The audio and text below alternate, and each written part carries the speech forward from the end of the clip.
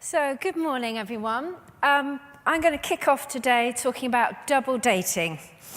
And really, that's the double dating between a kind of uneasy alliance, bedfellows really, which is content and data. Now, I'm going to make my position clear. I love data. I'm a massive, massive fan. And I think that there's no doubt that in our digital editorial toolbox, we need to have data analysis. That's all journalists now need to be really know their way around data. But there are also times when it's a bit of a power struggle, and we're seeing this more and more that perhaps some journalists are feeling that it's taking away from some of the traditional skills. So how do we manage this relationship? Because I think it is a relationship, and it's one that I'm going to have a sort of look at today. And we need to know who's wearing the trousers, really. We need to know how we can work and make this really powerful, because it is so powerful. But first of all, I'm just going to throw a bit of context. I'm going to go back, take you back to a time when I was a monthly magazine editor. And we would get our issue finished.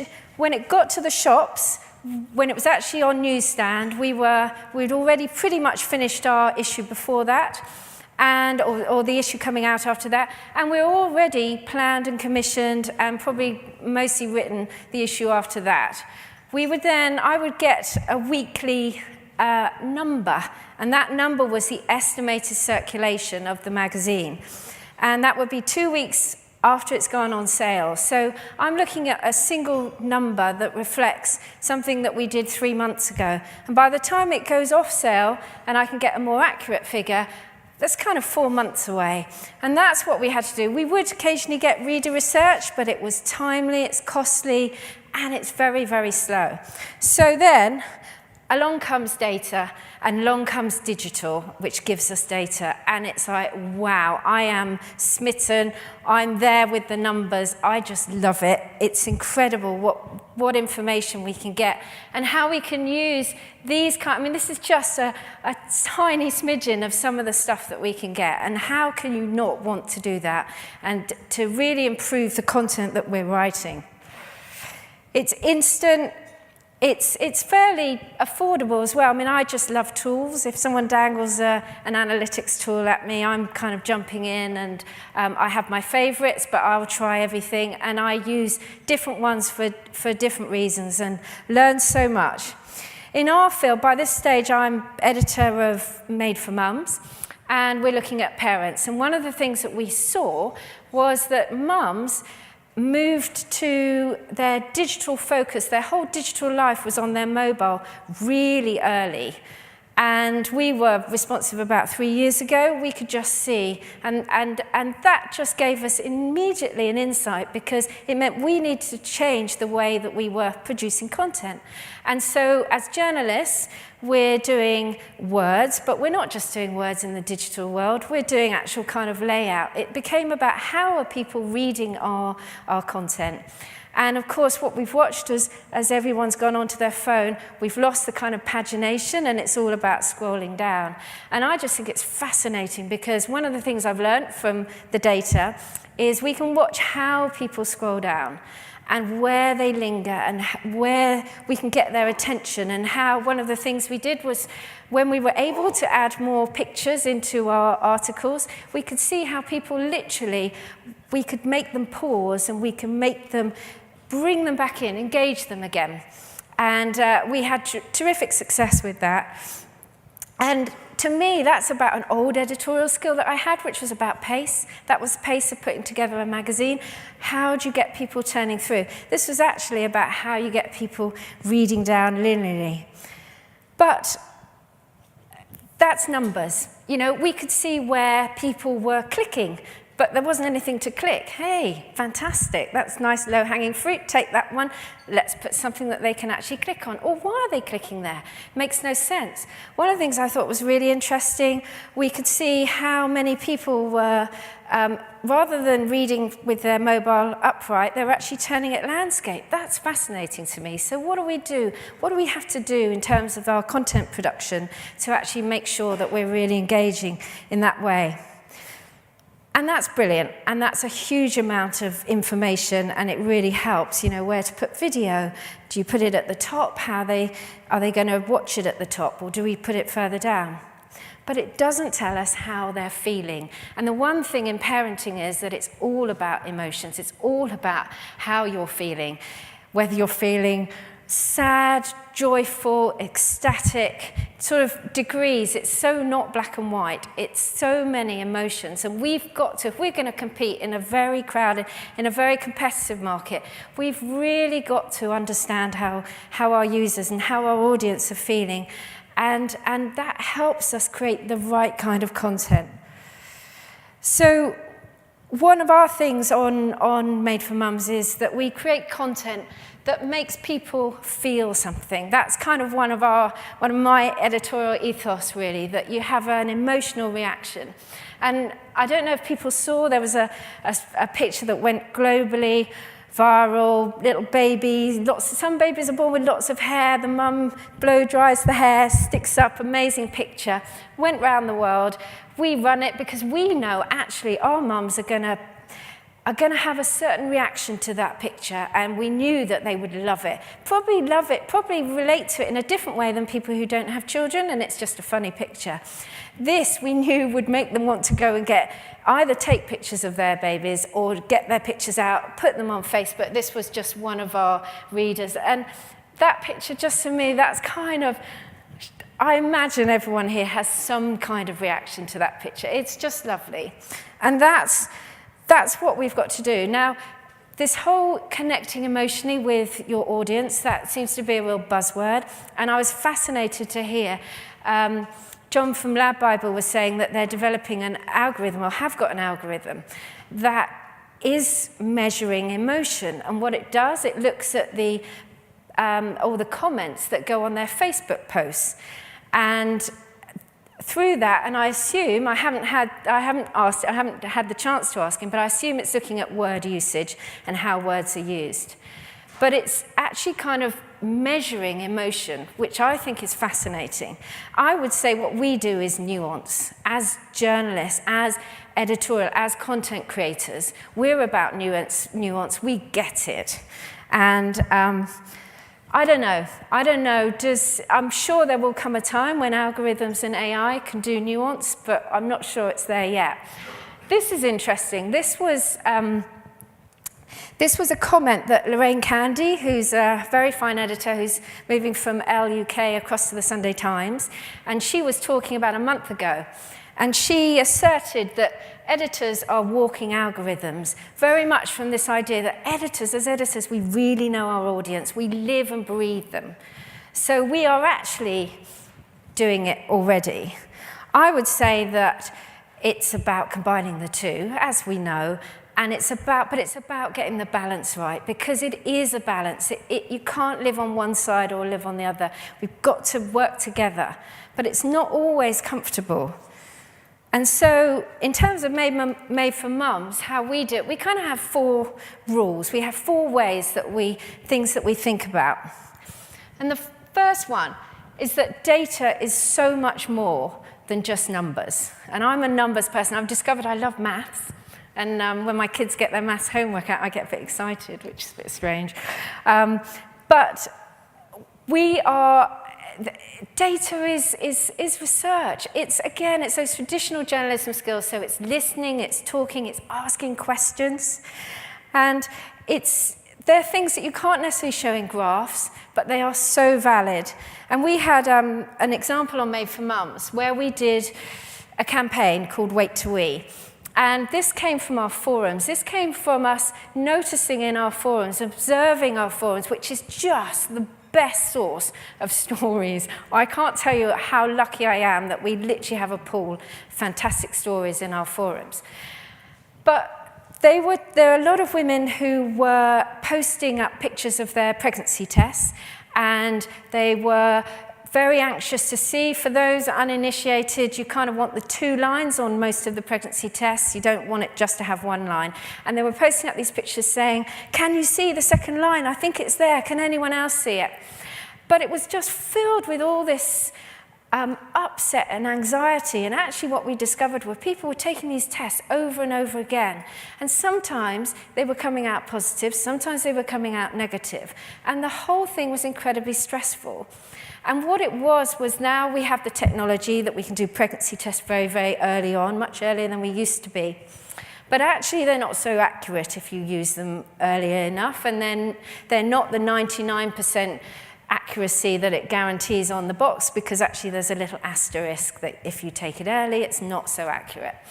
And for some people, it suggested they were pregnant, and then they weren't, and they were going through miscarriages, certainly emotionally.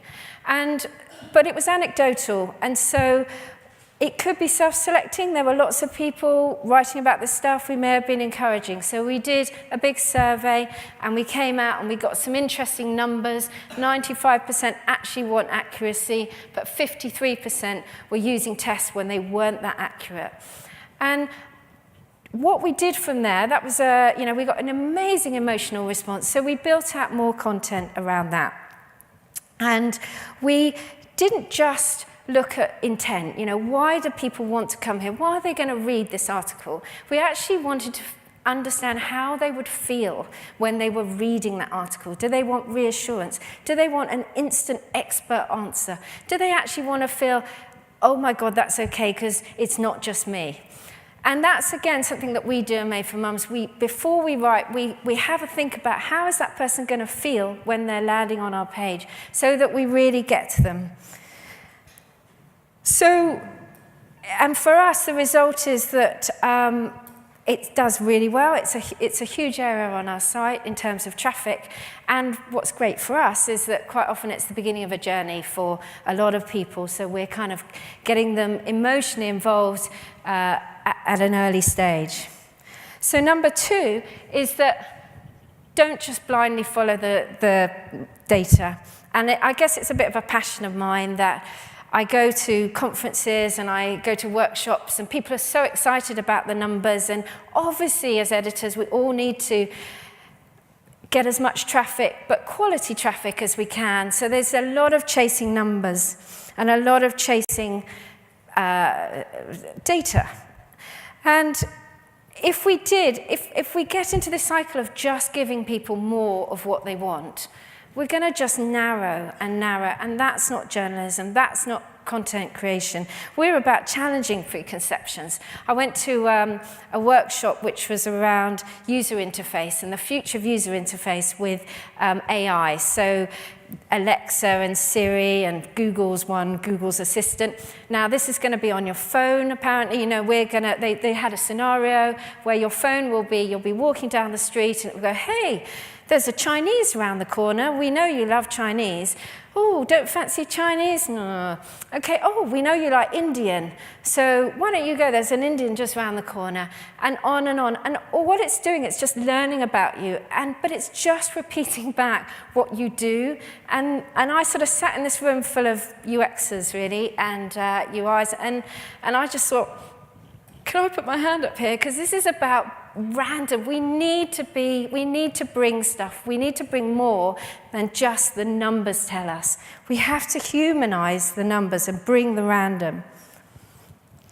Third one is don't cheat on the data.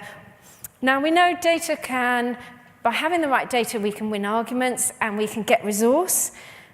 And it's really quite easy to spin. You can turn bad stories into good news stories, but it's just fooling yourself. I think you've got to look those numbers in the eyes and just go, okay, data's telling me this, so we need to rethink. Doesn't mean you have to throw everything away, but we know the digital adage, it's like fail fast, learn faster. We've just got to be really honest about those numbers and no fiddling the axis on a graph to make your nice little incline look like that. Seen that done. And then the final one, and I love this picture. I'm sorry it's a bit blurry. But this is Princess Day.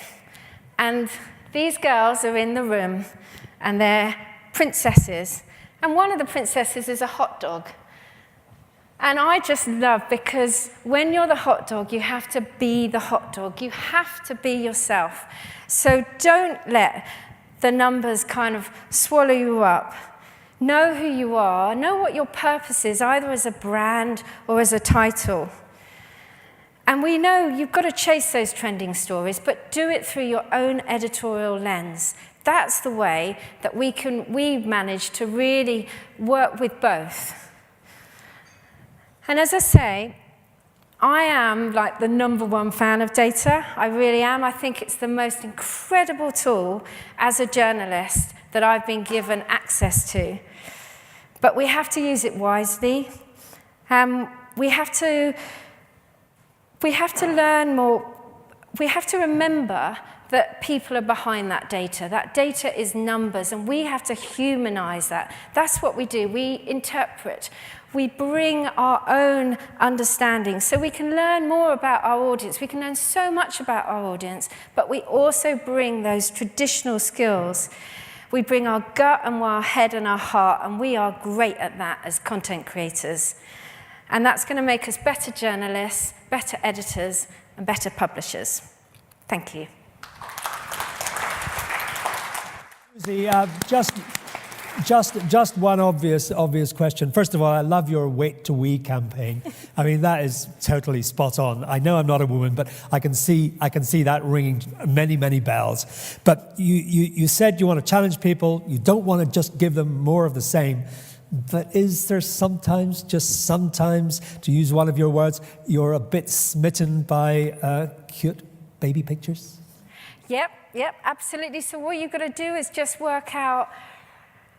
I'm worried about the clickbait phenomenon. Totally. And I think Facebook's really interesting, because one of the things Facebook's done is to publishers using their organic Facebook pages, it's taking out clickbait. Obviously, Facebook wants everyone to stay on Facebook.